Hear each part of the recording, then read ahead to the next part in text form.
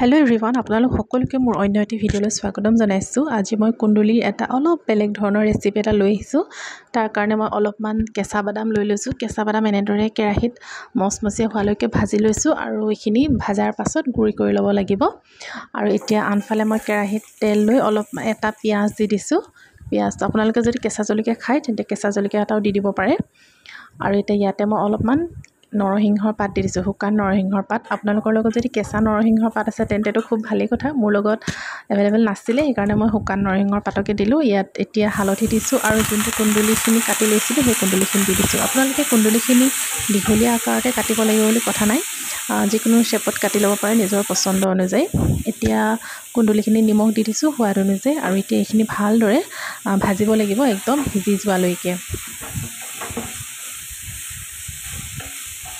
আৰু এই বাদামখিনি যে ভাজি লৈছিলোঁ সেইখিনি গুড়ি কৰি ল'লোঁ। একদম মিহি কৰিব নালাগে, অলপ দানা দানা থাকিব লাগে। আৰু অলপমান নাৰিকল মই এনেদৰে গ্ৰেট কৰি ল'লোঁ। আৰু এতিয়া এইফালে চাওকচোন, ভাজিখিনি মানে কুন্দুলিৰ ভাজিখিনি প্ৰায় সিজি গৈছে, সম্পূৰ্ণ বুলিব পাৰি।